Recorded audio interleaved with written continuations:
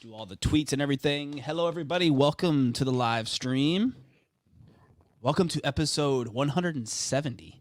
We got 800 videos up on the YouTube channel, 170 podcast episodes. By the way, do you want me to tweet that we're live? You want to do that? I got it. You can do it. I got it. I got this. I'm the professional here. All right. No, I mean it's crazy. 800 videos, and I'm trying to think how many of those. It's just how many of those we've shot. Yeah, I literally. How many videos are like saved in my Google Photos account? I don't even want to look. Like, just the amount. What is the thing that I use? Stream Buddy, I think it is, that I use to kind of help with like the keywords and stuff like that. And I saw that we had uploaded 800 videos, and I figured I'd post that on Twitter. So, cool little achievement we've hit for 800 videos. So, hello Ryan, hello Michael. Thanks for dropping in as always. Appreciate you guys dropping in as we kind of hang out here for a few minutes and get things rolling. Unfortunately, neither of us have been able to go ride Velocicoaster again. I know. I was yesterday. I mean, today was Mother's Day, so I knew I wouldn't be able to get out to the park today. But yesterday, I was so tempted to go last night. Yeah, I was too. I was like, I have to get a night ride on Velocicoaster. So before the grand opening, because that thing's been eating through people. I've seen sometimes like posted 75 minutes, and then it's only been like took people 30 or 40, and that's what I've been seeing. Apparently, at the end of the day, like the last 2 days, people have been getting like multiple rides and like, in an hour. I've seen a lot of people, post the wait time, and it says 75, and they've waited 30, 40, at most 45 minutes. So that thing's eating through the crowds. So I'm gonna be excited to get out there. So definitely night ride next time. So anyways, I think I'm gonna hopefully they'll run technical rehearsals during the week this week, so maybe during the day, so might run out there before work. I might do that one day if I get off work early or get over there and do Velocicoaster. Hopefully you guys have been enjoying our Velocicoaster review episode with Michael Corelli. He was awesome to have on, the big Jurassic Park / world nerd that he is. He was fun. He honed in on all the little Easter eggs that I was hoping he would. So, Sam, what's up, man? How you doing? Good to see you, sir. Good to see you. But yeah, we had fun recording that episode, and on tonight's episode, we're gonna kind of play catch up since we did the Velocicoaster episode last week. We're going to talk about not all of the Disney Cruise Line announcements, because that would just be insanely boring. So we're going to kind of zip through the highlights of the Disney Cruise announcement. And what else we can talk about, Barry? Some Marvel movie news. Some Marvel stuff. Muppet news that Barry and I are very big fans of. It's gonna be evenly mixed between theme park and pop culture tonight. And of course, you went to the Universal Content Creator Day and got to check out some cool behind the scenes stuff. Emily and I got to go out Universal invited us to go out to that Content Creator Day, which was a blast. They took us on a little VIP tour. I'll talk about that. And we'll have fun. Got a tease of the special summer festival menu that they turned around and debuted the next day or something. Yeah, I think they said when the chef was talking, he said the 15th, but apparently they threw a lot of the stuff live this weekend. So all the food trucks and everything. So give me a second, guys. Here, I'm gonna mute everybody, and we'll get rocking and rolling. So hang tight with us 1 second.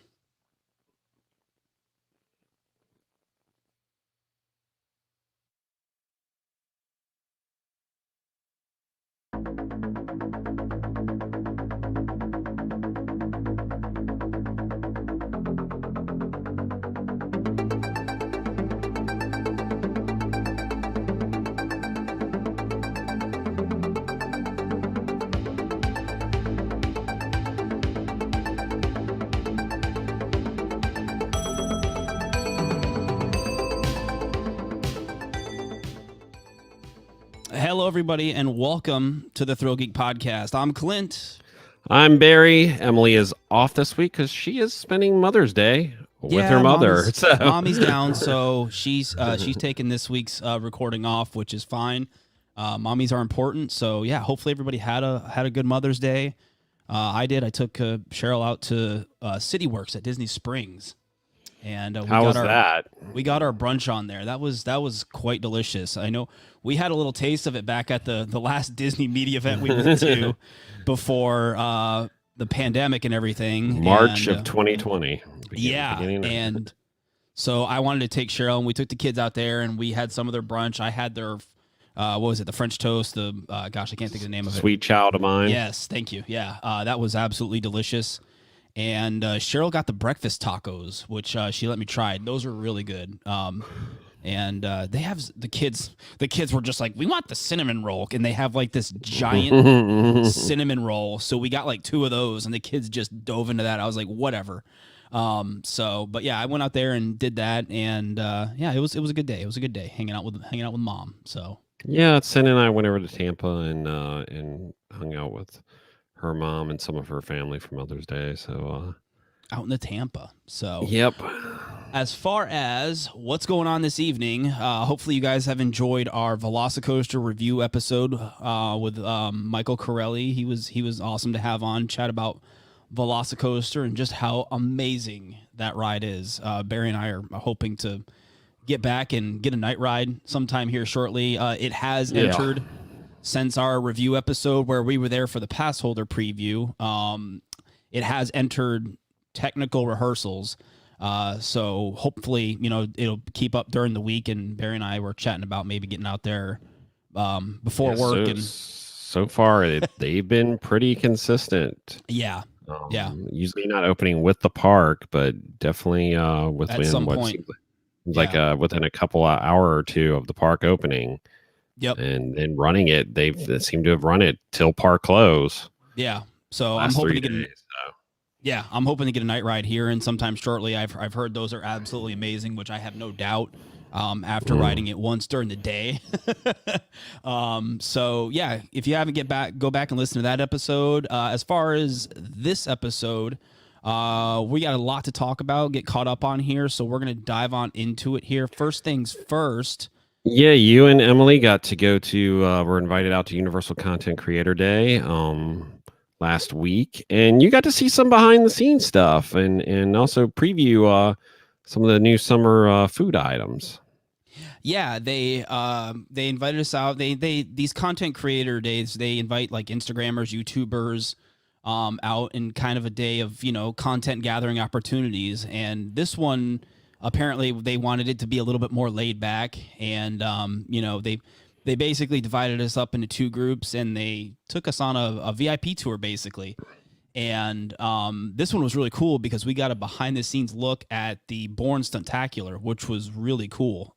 Which I find ironic because they take you to something behind the scenes that you can't take pictures or video of. Yeah. I was like, this is cool, but I wish, that was going through my head the whole time. I was like, man, I wish I could take pictures of this stuff. But no, we got to go. You got to see what behind the scenes, and also you got to see what a technical rehearsal, I think, too. Yeah, they showed us when we first got there in the morning, they showed us a technical rehearsal, which was really weird because it doesn't involve any of the actors, and really not a whole. I don't think it involved all of the like audio effects. It was hard to discern what was. There was a lot of the moving set pieces, right? Yeah, the moving set pieces weren't happening. Or no, were they? I can't remember. Yeah, they were. But it was just really weird in a good way. It was cool to see, the things the way they work, and the cars that come up out of the ground at the end. But I mean, it's definitely a show where it's for the most part it's automated. It is. Yeah. It's the behind the scenes look we got at that show really showed us how technologically insanely advanced that show is. Especially with those giant individual moving set pieces that are not on a track. It's all sensor driven, with different sensors and stuff. and how crammed they are back behind that giant 4K LED screen. It's a marvel that this show has to work every single time and everything has to go right. I think even during because we got the technical rehearsal and then we did the behind the scenes stuff before the first show, and we got to go down underground. We got to see the platform that raises those two cars, the final car chase scene at the end. We got to see that underground, how it works. We didn't get to see how it works from underground, but you could visually see how it was on like a giant turntable. And then we got to see the lift and some other really cool things. And then we got to see the actual show, the first show. And I think it was the part where he was hanging on he was in the warehouse. Yeah. And he was hanging on like the crane thing and something went wrong and they had to lower him down and move him off stage, and then they picked right back up. That's the other really cool thing is with this show is, they can actually pick it right back up. They reset a few things and boom, they're ready to go. So that was cool. And then, we got to do some of the other VIP tour stuff. We got to go in the secret MIB tour downstairs where the control room is. Yeah. That's always cool to see. And what else did we do? Yeah, we got to try some of the summer food, which I got a video up on the YouTube channel of some of the summer food. Some of it's kind of carried over from Mardi Gras. The chefs were talking about, how huge of a success Mardi Gras was. Like you could tell that Mardi Gras, this festival Mardi Gras kind of atmosphere with the food booths and everything was a huge success. It's funny, Universal finally realizing, hey, food festivals are popular. Yeah. These things are making money. I wonder why we didn't realize, why did all these other parks do this stuff? Yeah. I think this was a nice wake-up call for Universal because the chefs were like, hey, we want to keep this momentum going from Mardi Gras into the summer. So they've debuted this new summer festival with a few food trucks throughout Universal Studios. One of them's like a mac and cheese, grilled cheese food truck, a lot of Spanish inspired food. There were a couple of items coming to Volcano Bay. I couldn't tell you off the top of my head, but it's not just Universal Studios. There's a couple coming to Volcano Bay. All of it was really good, and they had a couple drinks and. Yeah, I think it's a great idea. I mean, it gives us something a little bit extra for the summer. We're getting it where you guys obviously didn't see it, but I mean the signs went up. We're getting a Jurassic World tribute store to tie into Velocicoaster's opening. Yep. So why not have some extra food out there? And maybe, with the success of Mardi Gras and, if this does well, I think one of our complaints always about HHN is them not trying some, more types of food for HHN at the tents spread throughout. So I would love to see maybe it'll give them a little bit more push to try a few more things to have available at HHN. This is, because obviously Halloween Horror Nights is our favorite event, so I've been really curious, if they keep this momentum going after summer. After summer is Halloween Horror Nights, and we did get it announced. So I'm very curious to see if this new food momentum, I guess you could call it, from Universal about all these food festivals does carry over to Halloween Horror Nights, because they could do some really cool stuff. We've seen the snacks in the tribute store, but I think you and I agree we would love to have some different items available, especially for those of us who go night after night. And at a certain point, we get tired of having pizza and the twisted taters, and I'm not knocking pizza fries, but I mean, you can only have that so much, and it's it'd be nice to have a couple of more like to go hand items. I agree. Like the arepas. I can't believe I said that wrong. Arepas. Your wife, that you can take with you in line and stuff like that. I mean, it'd be nice to have a few more of those types of items. It would be. So yeah, that's it. As far as, like I said, we do have a YouTube video up on the channel if you guys want to go check it out. Kind of going over, the chefs are talking about the summer food coming to Universal Studios Florida. It's apparently already out. I saw several people out at the parks enjoying the food this weekend. It's not going to be as big as Mardi Gras. I think there's probably like 4 or 5, give or take, booths, food trucks all together. But it is a nice little addition for the park. And I think it's smart too. A lot of people still are leery and have reason to be leery about eating indoors. Yeah. And give people a few more outdoor options. Yep. And there's still a certain amount of distancing in the dining places going on, and I don't see some of that fully going away anytime soon. So it's I think it's smart to have a few more outdoor things and have stuff that people can sit there and make a meal out of. Agreed. So really quick, wanted to give a quick shout out to everybody chatting with us in the live stream. If you're watching this on YouTube, be sure to like the video.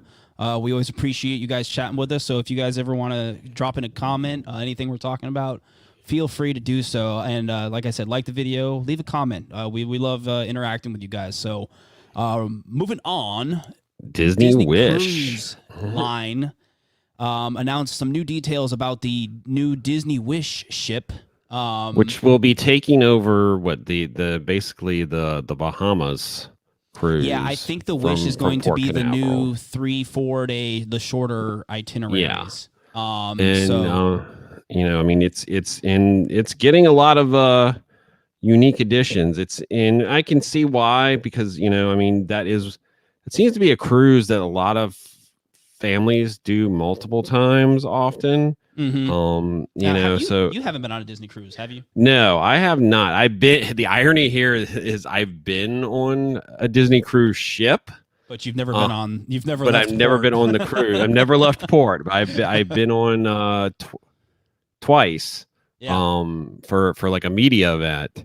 But did not get to leave port. Got to walk around and was just put my brief time on there compared to Royal Caribbean and Norwegian was just blown away. Yeah.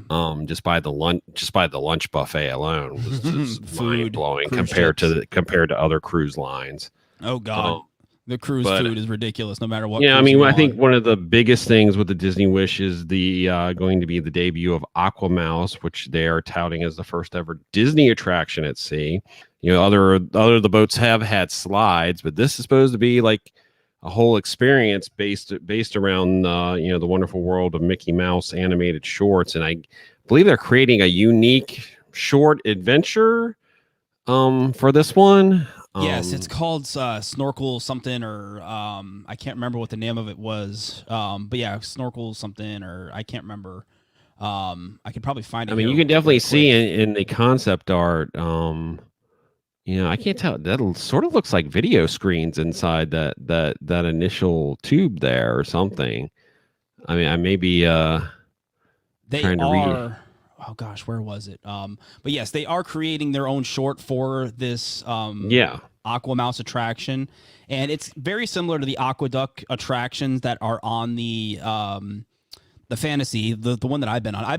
I've been on the Disney cruise twice. I went on the Disney Fantasy, and then the original Disney ships, the Disney Wonder. That was the first time I went on a Disney cruise. Yeah. Kind of for our honeymoon, we went on the Disney Fantasy. We went on the 7-day one, and oh my God, that was amazing. Yeah, I almost want to wait. I really would rather do like a 5 or a 7-day. Yeah, and really, they're the better the bargain. You're getting a bit more bang for your buck. You are on the 5 and and the 7-day. When we went on the 7-day one, 7 days was just about my limit for a Disney cruise ship. On the 7th day, I was like, okay, I'm ready to go home. You don't think it's possible on a Disney cruise ship with all the awesome, fun things to do. But on day 7, I was like, I think that was a day, obviously we were heading back to Port Canaveral, but I was like, okay, 7 days, good number. Like, I don't know these people that go on like these 14-day cruises. I'm like, But I think it depends on where you're going. Like if you're going on, like so too. Yeah. That around South America. It's all the different ports of calls. On these cruises that are like 14 days. I think that makes it worth it. But you've got a lot of unique things on this cruise line. You got the Worlds of Marvel, which will be the first Marvel cinematic dining adventure. Where kids will train with different superheroes like SpiderMan or Black Panther. That's interesting. Now Then, of course, we got the announcement for the Walt Disney Theater, which they released some concept artwork for, and they announced that Aladdin will be the show of choice for this ship. Yeah, which is I believe it's based on the show that originally ran at Disney's California Adventure. Yeah. So it's a reimagined version of that. There will be a the Rose, which is it looks like lightly themed Beauty and the Beast bar coming to the ship, which looks kind of cool. It's got the floral design up on the roof, looks like the Beauty and the Beast, and it's Rose. Part of like it's part of Palo, which is like the adult only dining venue is Palo. Yep. And then this is pretty cool. This is the Star Wars Hyperspace Lounge, which will be the adult only Star Wars lounge, which is kind of cool. So you can go in there, grab an adult beverage, kind of like, I'm guessing similar to Oga's Cantina, but it'll be adults only. Yes, and I look at that and I'm just like, we need another Star Wars bar. It's like I wouldn't mind another one at the Hollywood Studios. Yeah, yeah, it's still hard to get into Oga's Cantina. And then this restaurant looked really cool. It's called 1923, which of course is the year that the Walt Disney Animation Studios opened. So it's the thing with the Disney Cruise Line dining experiences is there are these wowing, special moments that happen throughout them. Like when I've been on the what's the restaurant with the paint that changes from black and white to Animator's color? Palette? Animator's Palette. Yes, thank you. Yeah, this will be the first one without that. It's so restaurant. Cool. But this is called 1923, and it's inspired. Obviously, it's got this kind of I forgot what they gave it an exact terminology to theme it to, but it doesn't have anything crazy about it. It's just very lightly themed, which I kind of like for a Disney ship. And then this was, I think, one of the most talked about things that was announced, because everybody was like, "This is drag." I mean, it's a Frozen dining adventure where you will be welcomed into the castle ballroom as they celebrate the engagement of Queen Anna and Kristoff. So this basically takes place after Frozen 2. Yeah. It's a fully brand new original experience. So I mean, I think that's pretty unique. I mean, obviously, some of the other cruise ships have an actual Frozen do the Frozen show. Yeah. So this will definitely be a unique experience, and I think it's smart. They're like we said, the Bahamas cruise is the most commonplace and popular Disney cruise, and this will give reason for some people who've been on that cruise before to maybe come again. Yep. I was definitely excited, and I've been on a couple Disney cruises. And then this, I think, did you mention this, Barry, when you were chatting the Worlds of Marvel, the interactive dining experience? This sounds really cool. I'm very curious to see what this is going to. They were very hush hush about this. They didn't release. You got that, and then you got this was the Marvel Superhero Academy.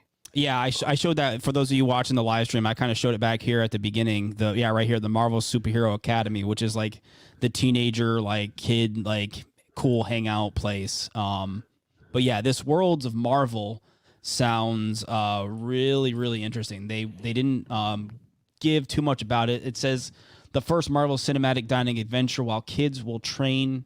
Oh, they're talking about Marvel Superhero Academy. But yeah, they didn't say much about it in the press release. They didn't say much. Yeah, I got confused earlier because we had the picture of the Superhero Academy on the same thing as the cinematic dining. Marvel and all the goodies. Yeah. So that just kind of scratches the surface of what's coming to the Disney Wish ship. I didn't want to kind of go over everything because there was more. There's another Rapunzel play area that they announced. There was something themed to Disney Imagineering, another kids zone. I mean it's a lot of stuff, and if you want to learn more, you can go on our website ThrillGeek.com. Yeah, Emily and I were the day this was announced. There. We were knocking out the articles left and right, so you can check it all out on the website. So all right, and it's booking for the latest ship will begin May 27th, 2021. Yeah, later this month, the bookings will go live for the Disney Dream Ship, and they just did the whole keel laying thing with the coin, and they announced Minnie Mouse and all that stuff. So all sorts of cool stuff happening with the Disney Cruise Line. So moving on, we got some new Jungle Cruise concept artwork, and we finally found out what's going to happen with the one person that everybody was wondering what was going to happen with them. Yeah, I mean, they're basically going to turn that area What's happening to Trader Sam into a lost and found gift shop. Which and the question is this photo op going to be real right here with the monkey on the camera? Are we going to have an on-ride photo on the Jungle Cruise now? That'll be interesting. It'll be interesting to see. I believe because there's the little pachyderm in the Disneyland one. So I'll be interested to see if we're getting the little pachyderm here too. Yeah, it was very interesting. This is obviously the final scene with Trader Sam. He's obviously going to be gone, and they're turning it into this lost and found shop, Trader Sam's gift shop, aka. What would have been really cool is if they actually did like an exit gift shop theme to this. Yeah, I mean, I think it's a good addition. I mean, I've liked everything we've seen so far, with what they're doing with the Jungle Cruise, and it's been long overdue. And anybody who's got a problem with it, whatever. It's been, I've been excited to see the changes so far. That it was made official that the ride is going to remain open, and they're just going to kind of periodically change scenes throughout the year as the year goes on, which would be really interesting to see with these bigger ones. I'm very curious how they're going to do these bigger set pieces. Yeah, it'll be interesting to see, and I mean, hopefully ours will get done by the start of the 50th. So it'd be nice to have something newish in the Magic Kingdom for the 50th. And then, of course, there was a lot of discussion if anything was going to happen to Trader Sam's bar at Polynesian. There were a lot of people talking about that. I don't think everything we've heard so far, nothing's going to change there. Besides, because hopefully, he's not reopening one day. Yeah, right. One day. But yeah, because it's just a name there. It's not. Yeah, you don't actually see him there, and that was one of the reasons. There. And then there was some people who's like they should move the animatronic there, and it's like that would not be with their whole. That would just not solve the. That would defeat the purpose of what they're doing. That would defeat the purpose. Yeah, exactly. No, I mean it's the bar. The bar is a unique experience. Outside of name. I mean that's the only thing. That ties it in, and so I mean I don't see them changing the name or anything, and we just want it to reopen. That's all we really care about. Yeah, at this point. Sam's. They said in the announcement, Alberta Falls, a proprietor of the Jungle Navigation Company, has asked for old friend Trader Sam to manage a new lost and found location. Instead, Trader Sam being Trader Sam. It obviously reveals that he is now the, quote, head salesman and has turned it into Trader Sam's gift shop. So we'll be excited to see that come into the ride. And, moving on, we got some spooky stuff to talk about. Mickey's NotSoScary Halloween party will not be happening this year.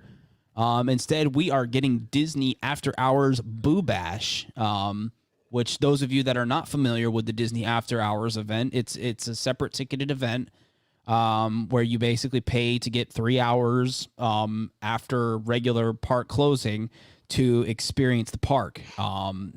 They have done other themed After Hours events. Barry and I, Disney has invited us out to check out the Villains After Hours event, which was a lot of fun. And this one is going to be called Disney After Hours Boo Bash. So I haven't heard your thoughts, Barry, on what they think about what you think about them not doing NotSoScary. So I'm curious what you. I mean, at this point, it doesn't surprise me. And if anyone was expecting nighttime spectaculars to return to Magic Kingdom anytime soon, I think this sort of nips that in the bud for the most part. That was I don't want to interrupt you, but that was one thing that I was like, I think, just my Halloween self got too involved, and I was like, no, Mickey's Not So Scary this year. No, I can't. I gotta have my Mickey's Not So Scary. But I was legitimately like confused as to why they're not doing it. I was like, we're getting better. More people are getting vaccinated. I was like, why are they not doing Mickey's Not So Scary? But then I was like, oh, what is Mickey's Not So Scary Halloween party? It's fireworks and parade and a parade. I was like, that's why they're not doing it. I mean, here I think there's definitely some we've seen definitely, I would say, very mixed feelings on social media about this. Some of the stuff that's going to be at this was stuff we got with park admission last year. Yeah, there were a lot of discussion about that. Some of the some parents that would be like, most kids come around 10 o'clock at Not So Scary, start conking out. They're done. So now they're going to be like 9 to midnight, and also a bunch of nights too. It'll be 9:30 to 12:30. Yep. So it's this may turn out great for us adults going to this. I mean, it'll have the cavalcades. I'm going to hope that there'll be more characters out in their Halloween outfits. Yeah. I mean, it's going to have, the biggest addition will be candy stops. Yeah, that's good. That was one thing that I was wondering how how many they're going to do, how they're going to do the candy routes, the trick or treating and stuff like that. I mean, obviously themed food and beverages, which we normally get during that time of year anyway. It used to be whether they'll still be just exclusive to this event or whether they'll do like they did last year, where they're available all the time during that season. I mean, obviously the difference will be, lighting and I don't special decor, but is that just the pumpkins on Main Street like there always is? And then there's some question. It's like, well, what's going to happen around October 1st? Because you would imagine they're going to need to put up decorations on Main Street for the 50th. Yeah. So I mean, it's I think I understand why they really didn't. Like we said, fireworks and parades, they're still obviously not seeing at that point being ready for that.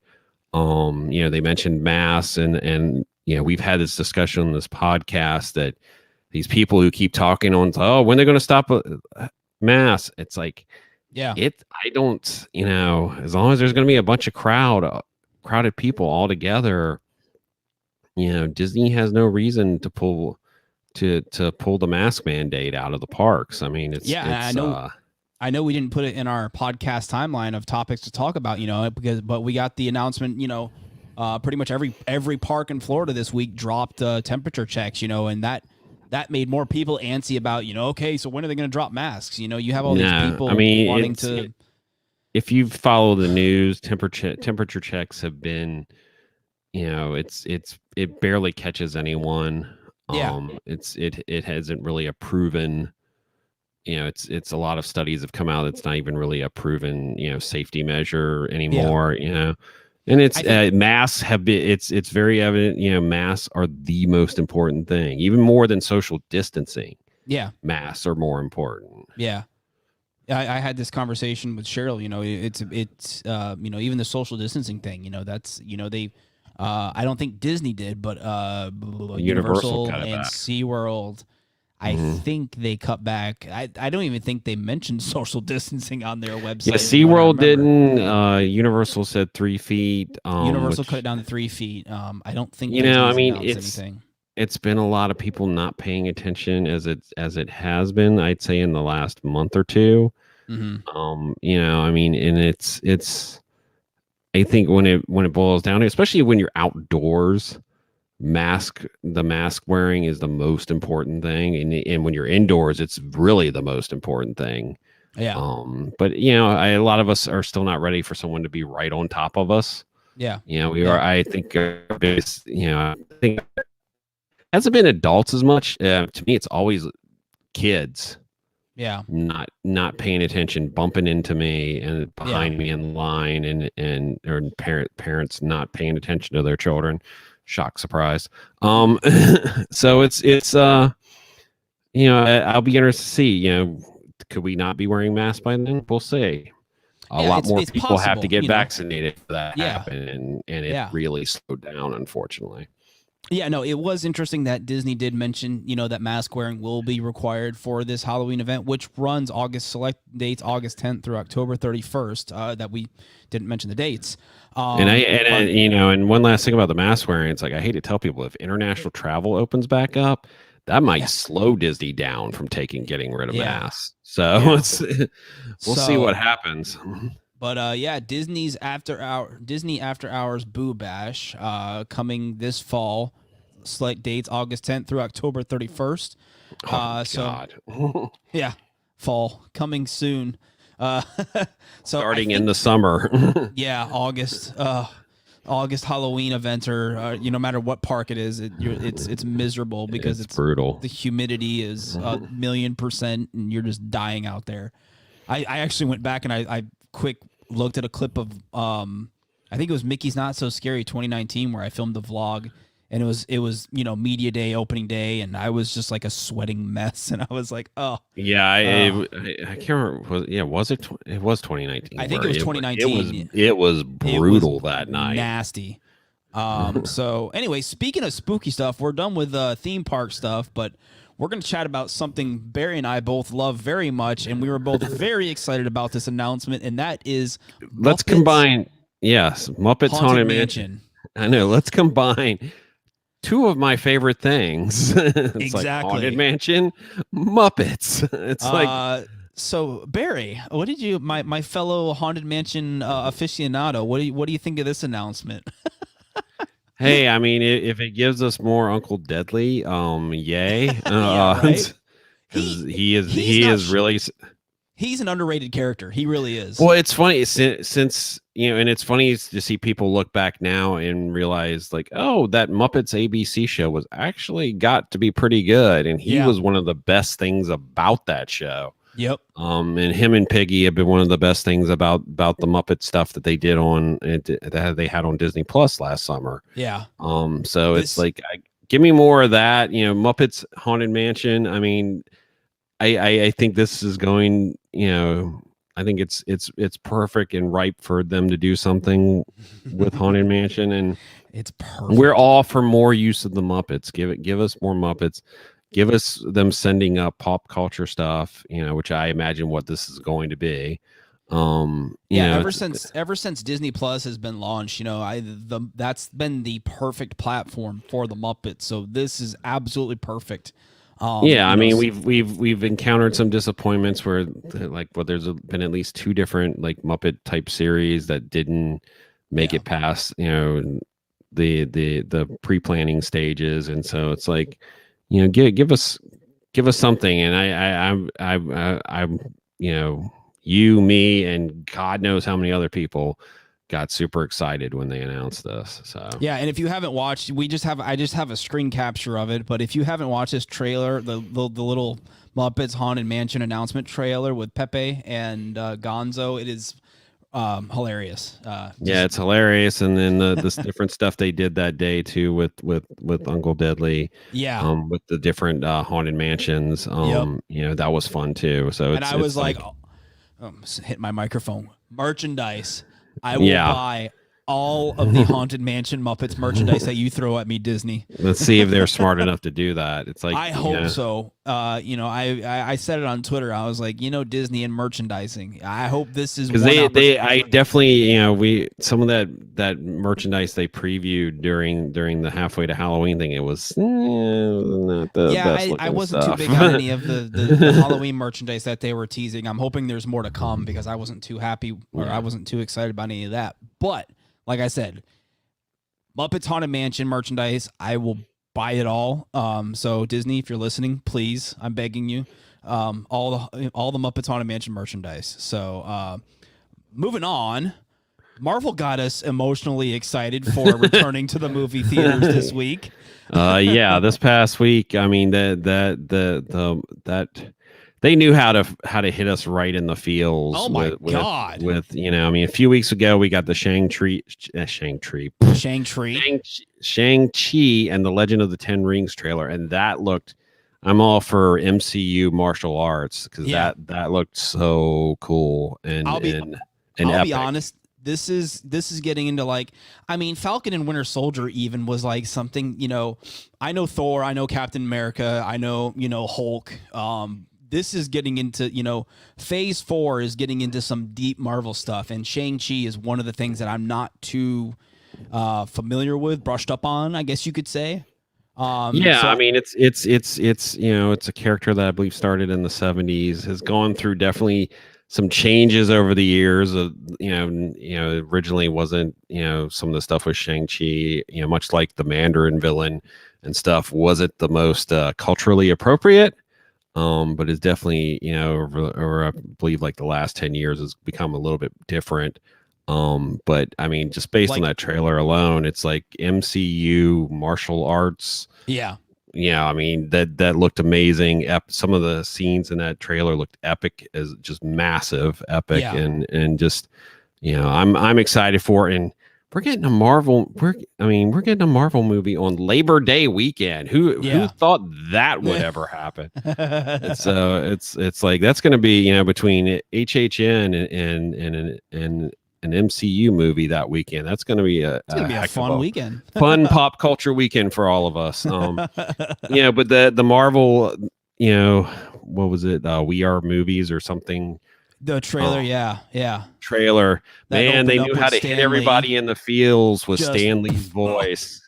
Oh man! I mean, I think I was like 15 seconds in, and I was like, bawling. I was like, "Come on, Marvel! You just drilled and then, into my chest." We finally. I mean, this is a movie that's been done for like almost 2 years now. This movie's been was finished shooting. We finally saw something from I guess it was originally The Eternals. Now it's just Eternals. Yeah. We got to see, some of the team. We got to see a shot of Angelina Jolie. Yeah, we got a close-up shot of her, which looked pretty badass. And some shots of Salma Hayek and some of the rest of the cast. I mean, we've waited so long just to even see something from this movie. Yeah. We got to see more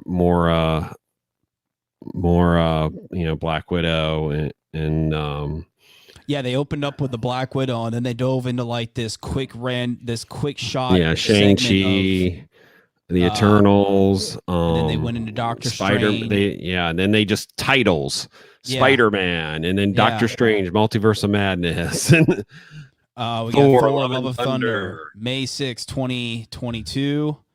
And then keep going. We got the title for Black Panther 2, now titled Black Panther Wakanda Forever, July 8th. And probably July 8th, 2022. We still have no clue what that movie, they have kept that tight lid on the story for that film. And even after Chadwick passed away, I think the only thing that they really said that no, he won't be computer generated, we won't bring back his character, we're gonna it'll be interesting to see what they do. So and then the biggest change is the Marvels, which originally I believe was going to be Captain Marvel 2. Yeah, it was just Captain Marvel 2, now called and the Marvels. And you see in that thing, you see sort of Captain Marvel symbol, and that S on the end is the symbol of Miss Marvel, who I know you wanted to chat about her costume. They showed a set photo because I guess they've been filming in Bangkok. Leaked and of her costume, and it looks pretty much like the comic book costume. That's one thing I've loved about the MCU is they haven't steered too far from like the comic book costumes for a lot of characters. They have, since I feel like phase 3, have leaned hard on the comic books into like into having the costumes be more like the comics. Yeah. And I am all for that. And same thing, they've leaned hard into the storytelling is just, like we've talked before, we never thought we'd get something like WandaVision. I mean, that's like a comic book type story that and albeit, Falcon and the Winter Soldier is a little bit more straightforward.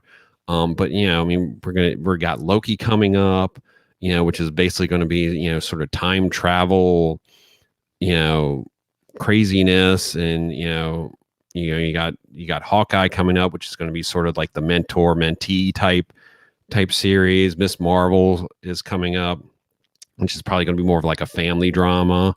Did you see that Loki is going to be on Wednesday evenings or Wednesday? They're going to be dropping episodes on Wednesday. They'll be dropping episodes of that on Wednesday, and I think that's a smart move. Maybe not dropping everything on Fridays, and also with for all intents and purposes, it seems like July is when movies are really going to kick back up. Well, really, I guess coming here soon. Here, movies are going to kick back up. Maybe not have stuff debut on Fridays and over the weekend. Maybe have them debut in the middle of the week and leave Fridays open for movies. But continuing all the titles, Ant-Man and Lost Quantumania, which we've heard just a little bit about that. February 17th, 2023 for that. And then once again, Guardians of the Galaxy Volume 3, May 5th, 2023. And then the tease, we've getting teased again with a 4. Captain America 4. Yes. Did you see that meme I posted on Twitter? It's like the circles Captain America's shield. Yeah. It was amazing. I was like, could you imagine everybody's like, Fantastic Four? And it ends up being Captain America. I mean, there's been a lot of talk that how they're going to introduce Fantastic Four might be through Ant-Man and Wasp Quantumania. Yeah. Because, we've already set the stage that being in the quantum realm can give people powers. Yeah. And, the whole cosmic going off to space and cosmic ray thing doesn't really work in the MCU. Yeah. Because we've already introduced the cosmic and everything. And so it's like maybe, they're going into the quantum realm and that's how they get their power, and something bad happens and that's how they get their powers. And what's really interesting is, could they possibly be wrapping up Phase 4 with Fantastic Four? That would be an interesting idea. I mean, that's 2. We're getting 4 movies this year. We're getting 4 movies next year. Yeah. And so far, we know we're getting 2 the following year. Even though I think it's may end up probably being 4 movies again. This is on top of all the TV shows too on the Disney Plus. Speaking of TV shows, we didn't get a chance to talk about it, so really quick, we're going to kind of wrap up our final thoughts on the Falcon and the Winter Soldier. We obviously saw the season series finale. Did they haven't announced the season 2? No, they're doing more. They have announced it's sort of been talked about that there's going to be a Captain America 4 movie. Yeah. So instead of like a second, I should say second season of Falcon Winter Soldier, I would say the first season of Captain America and the Winter Soldier, which if you watched at the end, that was a nice little title card at the end where they changed it. They changed it from the Falcon and Winter Soldier to Captain America and the Winter Soldier. That was chef's kiss. Yeah, no, I mean the whole that whole final episode, and this, if you're watching the live stream, the picture we got from when we didn't even have to wait that long. It was literally 2 minutes into the episode. 2 minutes into that episode, I was like, okay, so this is how this episode's. I was expecting like the last 4 minutes of this episode, we were gonna get Sam in his Captain America costume. No, the first 2 minutes of the movie, he comes crashing through this window in this building where all these people are being held, and just straight up, just a badass is like, I'm Captain America. And I was like, Speaking of going with another comic books, almost comic accurate costume again. I loved it. I love the way he looks with his very similar to Sam's costume, Captain America costume from the comics. And it was awesome. I mean, Sin and I literally screamed in our living room. It's like we weren't at a movie theater or anything. We literally screamed when he comes smashing through the window in that costume. It was just so awesome. I mean, it's just and I realize this is 2 white guys talking about this, but the meaning of having an African American Captain America in this day and age. It's moving, and that's one of the things with these Marvel, it seems, especially with Phase 4 here, they're really sort of tackling themes and ideas, a lot of us don't know if they ever thought they'd tackle. And this show head on really tackled, systematic racism and just, the way people. That whole speech that he had when what's her name when she dies and he comes flying down with her body, that whole conversation he had with those politicians and all that group of people, he was like, these labels: terrorist, refuge, thug. They're often used to get around the question why. Just that whole speech was just That was one of the great moments in the episode. Obviously, him smashing through the window, his fight with Carly, where he refused to fight her, and just I mean, were there things throughout this series that were very predictable? Yes, it was. It wasn't a mystery box like WandaVision was. It was more of a straightforward action adventure sort of buddy comedy type thing. But it really handled some amazing themes. I mean, as far as moments, taking him, to the Smithsonian to show his history restored. Isaiah. Yeah. The whole scene where he goes and he shows him his statue and everything. Yeah, that he he helped get his story out there. Mean, that was moving. Yep. It was just having Agent Carter be the power broker. I mean, everyone saw that coming a mile away. How about the whole conversation that she's a Skrull? Do you think that's a possibility? What do you think about that? Yeah, I mean, there's an idea that that's a setup for secret invasion. There's a couple things in this series that could be either setups for secret invasion or armor wars. By the end here, Wyatt, what's his face becomes U.S. agent. Yeah. With the more black costume, just like the comics. So it's there's so many things that threads that this series has started, like I said, between like possibly tying to secret invasion or armor wars, or if they decide to go in the direction of the Dark Avengers. Yeah. Or what's it? The Thunderbolts, which is like the Secretary Ross's decides to make his own, superhero team, to counter, the Avengers. So it's so many things that, and obviously setting up, what we think now based on, news reports will be Captain America 4. I'm still confused as to what happened with Zemo. Like, they put him in the prison, and then his butler like blew up that truck or something. I was like, what's going on here? It's to show that Zemo's even in prison, even in prison, he can prison, still... not even just prison, the raft. Yeah, the underwater prison. Yeah. That he still has some power, and we haven't seen the last of him. Yeah. We haven't even talked about Bucky, and his whole, wrap up storyline with, his whole, the part where at the end with his therapist, and everything. And no, I mean, his journey, both him and Sam went on a journey in the series, and Bucky, was, trying to come to terms with his past. Yep. And, to prove to himself that he is a good person, that, and one of the things he finally went to that old man who was the son who was a father of a kid he killed his son, who just happened to be in the wrong place at the wrong time. Yep. And he finally told him that to give him closure. Yeah. And I think it's in. I guess he goes downstairs and he sees him in like a bar or something with his. Sees him in the restaurant. Yeah. Yeah, with his daughter. It was with. I don't know. It was with his daughter. It was with the. I don't know who it was. The waitress who he was with. The waitress he went out with earlier, who knew them.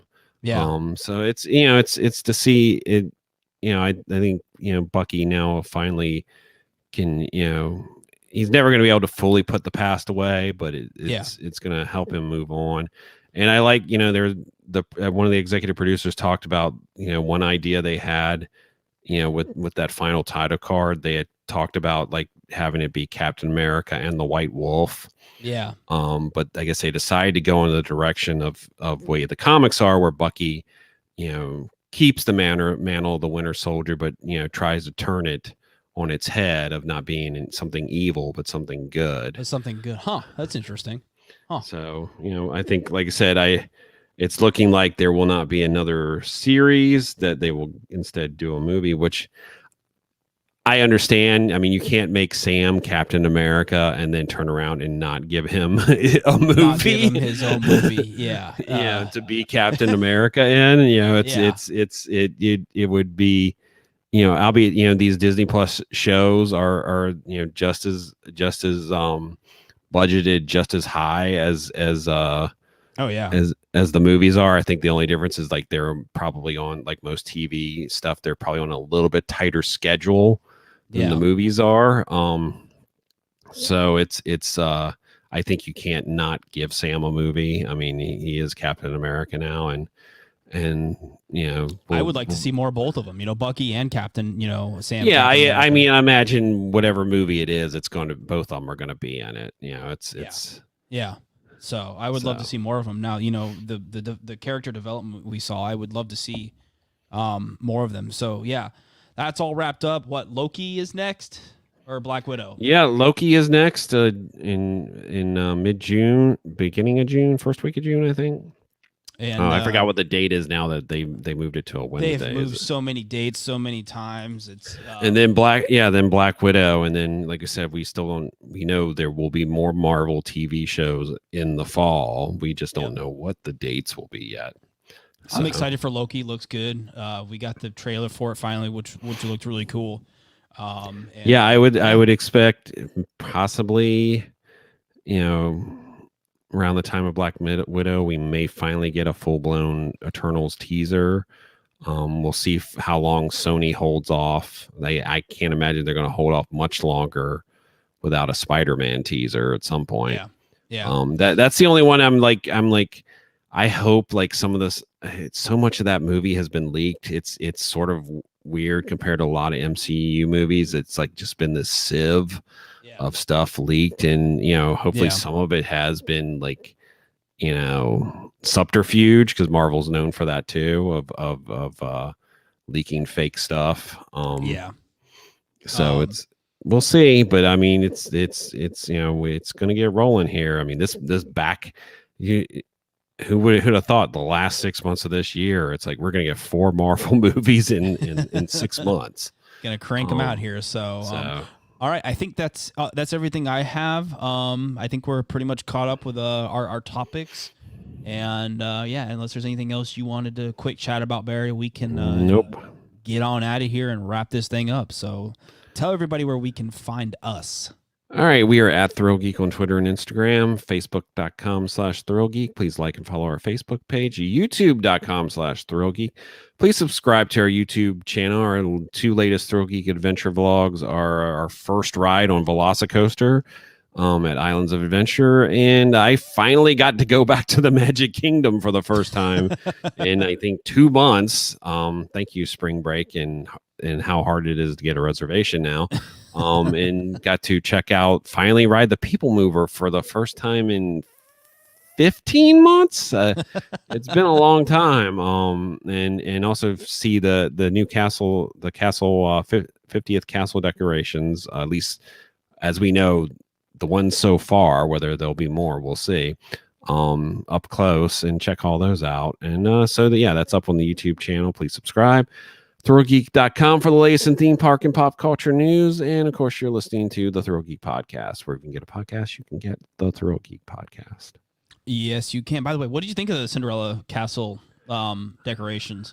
I like them. Person? I mean, it's. I think it looks fine from where you're normally going to be standing. Obviously, if you go look up close, it's not going to look as majestic. Sure, yeah. I mean, I understand why you don't put real fabric up; it fades. And even the stuff they put up probably will fade too. It's the Florida's. The interesting thing I noticed is some of the painting that has gone on Sir Mickey's and what was the Bibbidi Boppity Boo boutique behind the castle to sort of match up color wise with the cancel. I think that some of that is new. That they've been working on. I know they had to touch up the blue. They had to repaint the blue on the spires. So I mean, it was nice to see that, and it was nice to see the people mover, and look like most of the displays along the people mover all got a nice little touch up and cleaning. So I was just curious what you thought about the decorations, because I haven't seen them yet in person either, because it's impossible for me to get a reservation. So I'll get out there soon enough, hopefully, and check them out. So. Anyways, for those of you watching the live stream, as always, we appreciate you guys tuning in with us. Be sure, like Barry said, subscribe to our YouTube channel. Be sure that your notifications are checked, so you get a notification from all of our live streams, all of our uploads. Otherwise, you won't get notified. So be sure that's good. And if you listen to us on Apple Podcasts, please be sure to follow our podcast. They changed the terminology to follow now. Yeah, I guess it wasn't subscribe. I guess Apple changed it to follow. Anyways, so be sure to follow our podcast if you have an Apple device, and be sure to leave us a 5-star review. If you're going to leave us less than a 5-star review, don't email me, ThrillGeeks@gmail.com. Yeah. And tell me why. We will find those of you who left a 3-star review. We're looking for you. We will find you. So anyways, guys, thanks for listening. We'll see you guys next time. Be safe, wear a mask, get vaccinated, all that stuff. And we'll catch you guys next time. Stay safe, and we'll see you in the parks.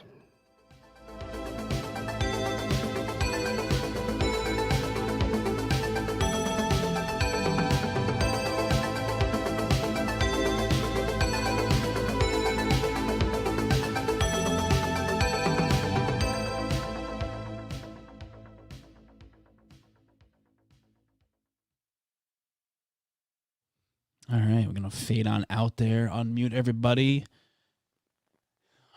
That is another episode in the books. Kind of quiet in the chat room tonight. You guys asleep? Yeah, I mean, did the live stream crash on us? You guys alive in there? Around 8:53, nothing happened after that. Ryan was like, take me on a cruise about, I don't know how many minutes ago, 8:53. Yeah, so that was... Yeah, let me actually look on my phone on YouTube. I think we're still live, because StreamYard would tell me that we weren't or anything like that. I'm pretty sure we are. I figured it's Mother's Day. Everybody's probably still doing... Yeah, Dan said mom was over and just got in. No worries. I figured everybody's doing Mother's Day stuff today, and not a lot of people are going to be tuning into live streams and all that stuff. Yeah, we're still live. Yeah. See, look. Yeah, live Inception. But no worries. I mean, we take the good with the bad. We had a good turnout for the Velocicoaster live stream. That was always good. So, we take the good with the bad here. So, anyways, for those of you that did tune in, thank you. We appreciate you. Apparently, we were competing with multiple theme park podcasts tonight. Yeah, there are several other. I know attractions. I know they record theirs with Brittany. The evil Disney Empire was also doing one tonight. So. What do you mean? WDW News Today. Oh yeah, Tom. Yeah, they do one. So yeah, so it is what it is. And I've asked people, what's the best, given it's hard with, your job and stuff during the weekdays. So, Sunday evenings seem to be the best for everything. So we're going to stick with it. So, and 8:30 is usually the time we go live for the live stream. So be sure to, we are going to be going back to bi-weekly. We kind of did this back-to-back thing because of, the only thing is that the 2 weeks from now, unless I'm wrong, is Memorial Day weekend. So is it? Or is that the weekend before? No, I'm wrong. That is the week. I forgot Memorial Day is so late this year. Yeah. Daniel says this time frame is perfect. What do you mean, Daniel? Like the bi-weekly thing, or Sunday at the time, like Sunday at 8:30? Yeah, sorry, I was wrong. Yeah, because I forget, because the 31st is on Monday. So this is That is as late as Memorial Day can be. Yeah. So So it's like we got an extra weekend basically of May this year. and I'm hoping, if everything goes according to plan, Barry will be back here in the fancy new podcast studio. I'm hoping next time we record, we're both vaccinated and ready to go here. Tuesday, I will be fully vaccinated. So. Yeah, that extra 2 weeks. Yeah, Dan says Sunday at 8:30. It's after dinner, wind down time. Yeah, that was another reason why I chose Sunday evening. Is Saturday night we discussed sticking with Saturday night. I just wanted to lock down a time to do this live stream we could record the podcast whenever, but if we wanted to continue to do this live stream, unfortunately we have to pick a time and a date. Yeah, I mean it's there might be still some times in the future where we of course do it in the afternoon just because that's the time that works for everyone. Yeah, but I at least wanted to get a ballpark Sunday evening at least a day. We were so sporadic with recording this podcast and doing the live stream. And then Barry had some schedule changes with his work to where he couldn't do it at all during the week. I mean it's so it's it was Dan says you'll be pumping out dual band 5G. Got that vax, getting that 5G. This is the first podcast I've done from my studio, and as you can see behind me, everything is still in pieces. Your drum set is it still in pieces? It's slowly being put together. You don't want to see the rest of the room because it's boxes everywhere. Oh gosh. But anyways, yeah, we wanted to at least lock down a day and a semi time frame because number one, it looks professional having a date and a time to record live stream. Being so sporadic, it's not good. It just I will be on the. Sorry, go ahead, Barry. I will be on the next two podcasts, and then I will be out of town. Because Sin and I will be doing a little. Is that when you're doing your Pennsylvania trip or whatever? Yeah, we'll be taking ThrillGeek on the road to Pennsylvania, and we've actually added one park. We'll be starting in Kennywood, then Hershey Park, Dutch Wonderland, Dorney Park, probably Sesame Place. I hope you plan on eating at that new chocolatier restaurant at Hershey Park. Oh, duh. Yeah, no. We will amazing. find time to eat at chocolatier and Milton's Ice Cream Parlor or whatever. Yeah, no, we will figure out. I'm going to be so jealous when you're there. We won't, because we'll be at Hershey Park for 3 days. Checking out two and a half, because we will be at Dutch Wonderland one morning. They did such a fantastic job with that when they redid the whole entrance with the Candymonium. That's such a it's such a pain in the ass to say that word for that coaster, Candymonium. I mean, we'll definitely gonna hit and everything. Hit all the coasters, eat so many different snacks. We might even go into there. The park has a water park, and they do have a water coaster, so we might actually jump into the water park for a little bit just so we can go on the water coaster. Are you talking about Hershey Park still? Yeah, Hershey. Yeah. Dorney has water their park own. Called? Is it the Boardwalk or something? I forgot what Hershey Park section. Yeah. Daniel I forgot Cedar what it's Point called. Opens up in 5 days. Yeah. Did you hear what they're doing with they're not requiring masks outside, which is really interesting. It's gonna. I mean, I expect it to be a completely different experience than here. What, Cedar Point? For Hershey and all that. Yeah. But we will both be will be fully vaccinated. So I'm not as we'll be flying there on a plane and Ohio's kind of I guess it's called the Boardwalk. I guess it's called the Boardwalk. Oh, are you looking up the name of their water park? Yeah, they have, and I think it was like the last thing they added was Breaker's Edge water coaster, and it's one of the newer ones with the flying saucer turns. Oh yeah. I like Hershey Park. I've been there once, so I don't. I've have been much... there twice, but it's been 15 years, 15, 16. Yeah, probably it's been 16. a while. Yeah, it's been I think 16 years. So I am excited. I mean, it's they've added multiple coasters since then. Yeah. I think Lightning Racer was one of the newer things, and that was amazing. I can't remember what was new when I was there. But I'm excited. What was that suspended family water coaster thing? Oh yeah, they got rid of that. I don't even remember now. Put it this way, that was new when I was there. The last time I was there, so I never got to ride that. I don't think I ever got to ride any of those. That Dan, I don't. Go ahead. Carowinds had one. King's Dominion had one. I never got to ride any of those. The weights were always insane. It gave you like a bucket of water to pull the handle on, and you could like drop it on the people below. It was a weird concept of a ride. Yeah, I mean, what'll be new to me? Candemonium will be new. Fahrenheit will be new. Laugh Track will be new. Laugh Track, is that their indoor coaster or whatever? Yeah. Their indoor mouse. Sky Rush is new. Storm Runner, is Sky Rush new or old? That's new. Sky Crush, as everybody calls it apparently. Storm Runner. Yeah, those will all be new to me. Let me interrupt you for a second, Barry. Sorry. Dan, I'm actually streaming on the M50 tonight. I finally got the whole Canon webcam thing all set up. So what you're seeing right now is the M50 with the 16 millimeter Sigma lens. It's really good for live streaming. I like it a lot. It's really good. Like, here, look. The macro is really cool. So if you want to, if you're live streaming and you want to show something up close, like here's a Lego. Look.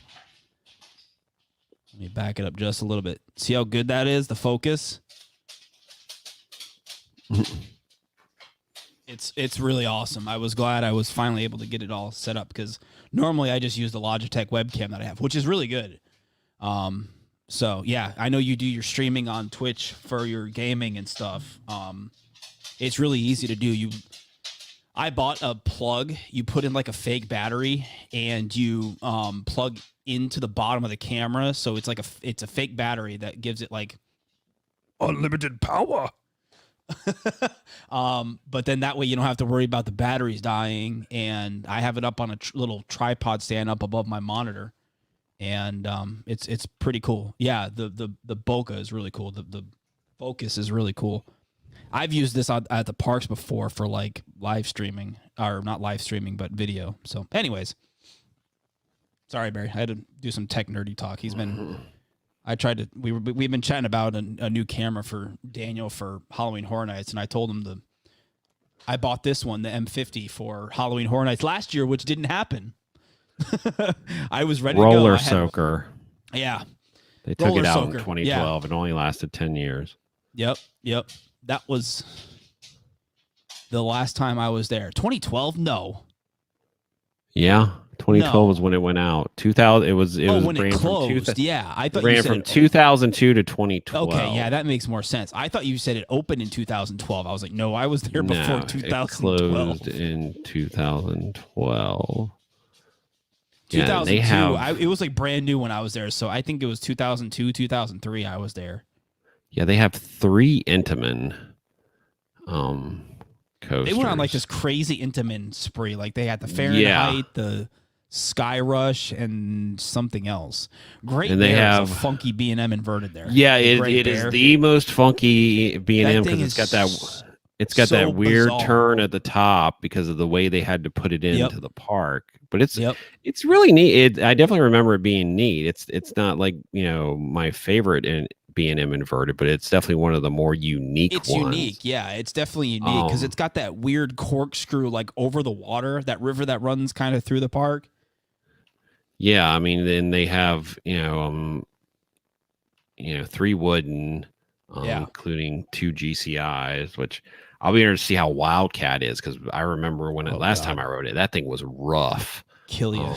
But I think it got the GCI trains since then, because it was the PTCs back then. Well, we're getting coaster nerd. We're talking about coaster trains. I know. I remember I'm hoping Lightning Racer is still as awesome as I remember it. It got them Philadelphia Toboggan Company trains. And always looking forward to riding a new B&M Hyper. Yeah, Candemonium looks kind of cool. And it looks like Candemonium looks more. It's more of what an out and back one, isn't it? Yeah, it's almost like a mini Apollo's Chariot kind of. Chariot, yeah. Which I am. Apollo's Chariot is still my favorite B&M. Yeah, Hyper. Michael and Dan, we are obviously excited for the return of HHN. Both Barry, Emily, myself. We are very excited. We are working on a Halloween Horror Nights guide, which I'm waiting to post because. I kind of came to the decision I was going to publish it and put it live, but whatever they announce next, whatever house or scare zone or whatever they announce next, obviously we'll post it on Twitter and stuff, but I'll update our guide and then I'll publish our guide live. But I figured, we're at Halloween Horror Nights so much, and we learned so much about the event, and we kind of do share our knowledge with others through other social media platforms like Twitter and YouTube and that sort of thing. But I figured it'd be nice for us to put together like a little, not really like a I don't know what kind of guide. There's different kinds of guides when it comes to like theme park stuff. This will be more of just kind of like a overview guide, I guess you could say, of we'll post tips and stuff, but it'll be fun. I figured we should do something like that though. Yeah, it's been 20 years since I've been Dorney Park. I've never been to Dorney Park. And the sad thing is they really have not added much since I was there. Dorney Park? No, they haven't. Yeah. They got Hydra. That's the last thing they I had remember. Hydra and then Possessed, which was, I think, moved from Geauga Lake. What is that? That's the B&M, not the B&M, the Intamin launched. Is that the shuttle Twisted Vertical? One? Yeah, the Twisted like Vertical Wicked Twister? launch. Yeah. Yeah. It's like one of the original ones. It was I Superman. I rode it at Six Flags Worlds of Adventure, not Geauga Lake. I rode it at Worlds of Adventure when it was Superman Ultimate Escape. I want to say Superman Ultimate Escape, Superman something Escape. Ultimate. It was Superman. Six Flags and their Superman coaster. Superman Ultimate Escape. Oh, Superman. Surprisingly, they don't have the former name of it at. No. At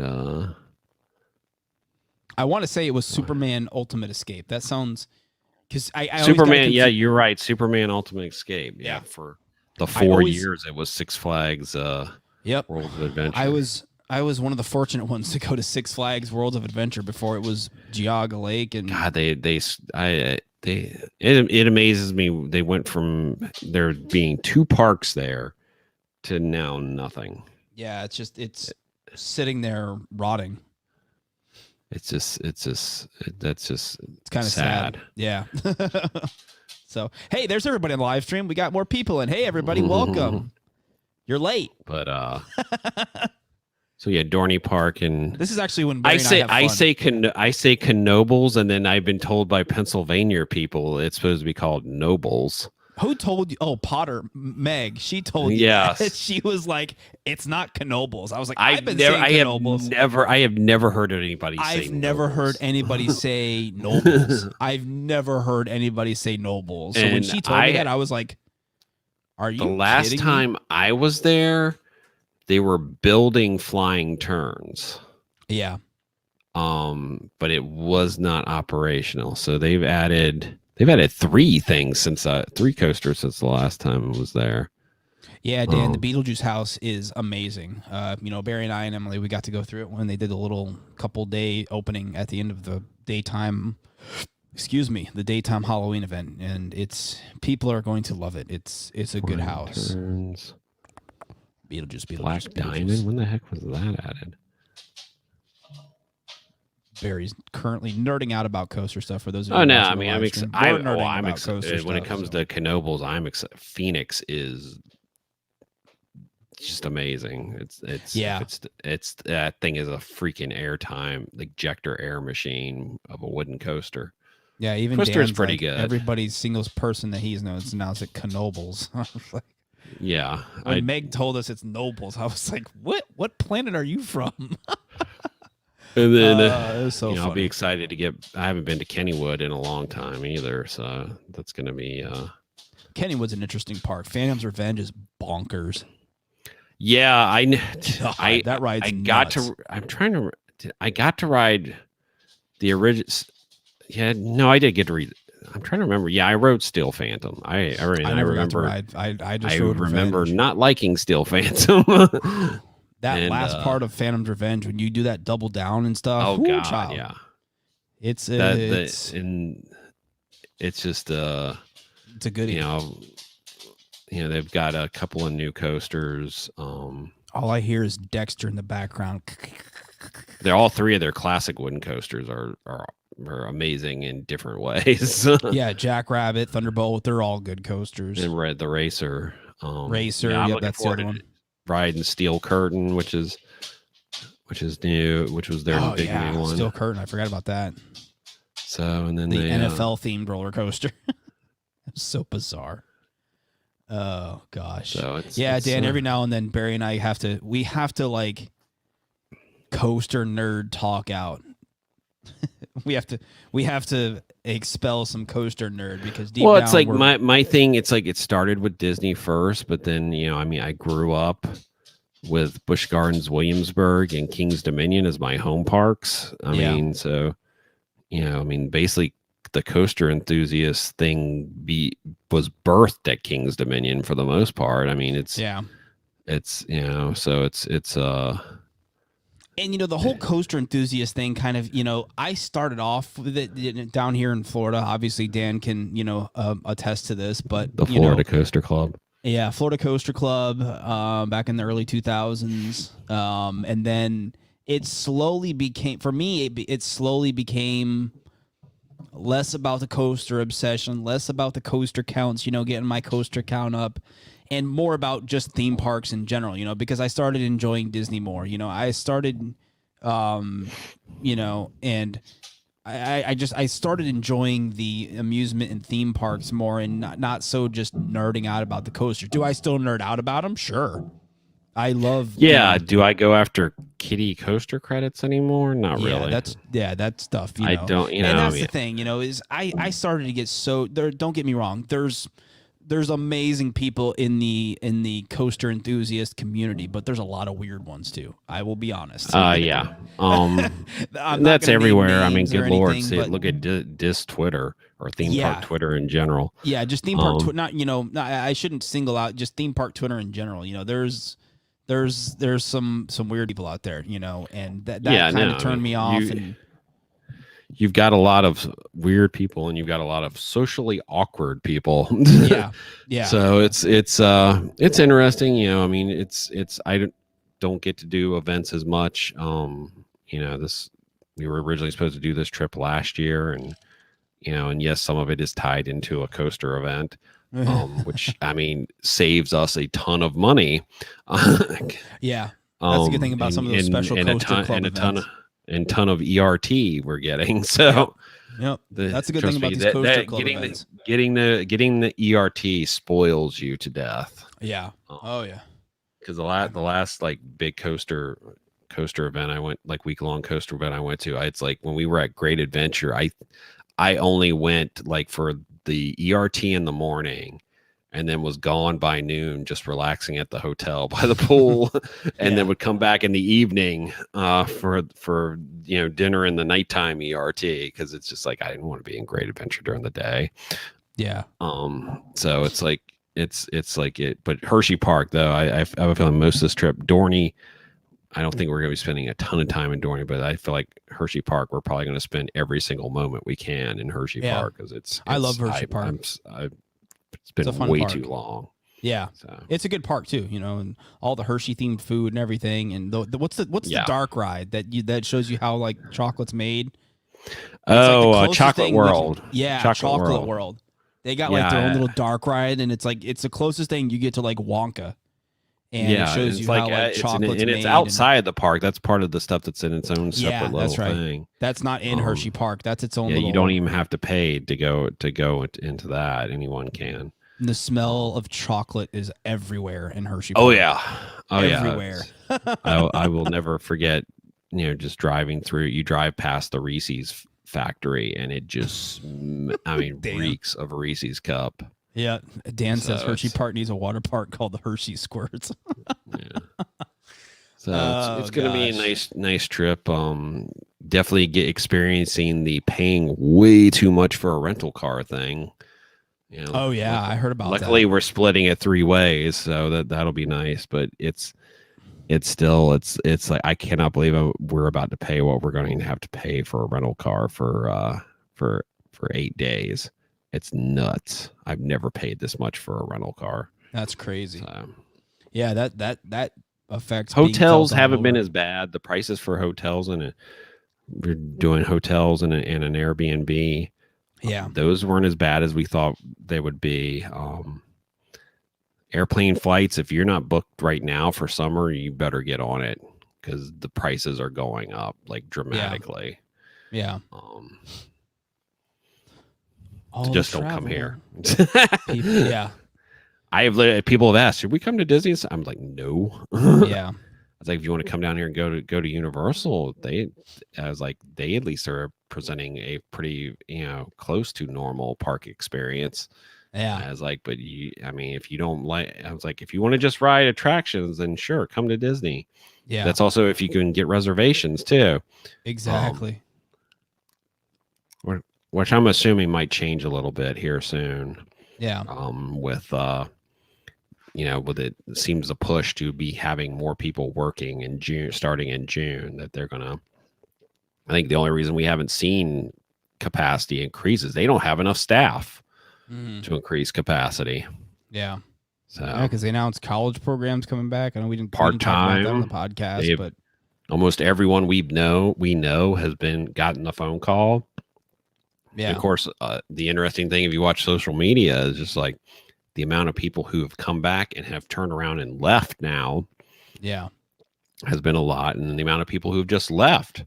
Yep. They moved on to other pastures or left the area to different jobs. And yeah, I know a lot of not really my personal friends, but people that the wife knows, and people that have they've moved on, as far as jobs go, they've moved out of the state, a lot of friends have moved out of Florida and, have moved on. So, yeah, I mean, if you look like as far as, the apartment market in this area right now, there's a lot of apartment complexes that are offering crazy deals. Yeah. Because a lot of these people rented and they are gone. Yeah. There's a huge chunk of the population that left. So, alrighty. That's it. Yeah, we Crew, we're going to get on out of here. Thanks for chit-chatting with us afterwards, Dan. Got all coaster nerd there. Yeah, a little coaster nerding out for you. Really quick, before you guys head on out of here, be sure to like the video. Be sure to like the live stream and all that good YouTube stuff. Subscribe. You got all the notifications on. And we will see you guys right back here in 2 weeks. So be safe. All right? Bye. Good night. Good night. Sleep tight. Don't let the bed bugs bite. Now you're getting creepy. We could do like a little ASMR, a little segment here on the ThrillGeek Podcast. Make sure you tuck yourself in there. Turn the fan on nice and high. Wow. Get a good breeze in your room. On that note, good night, everybody.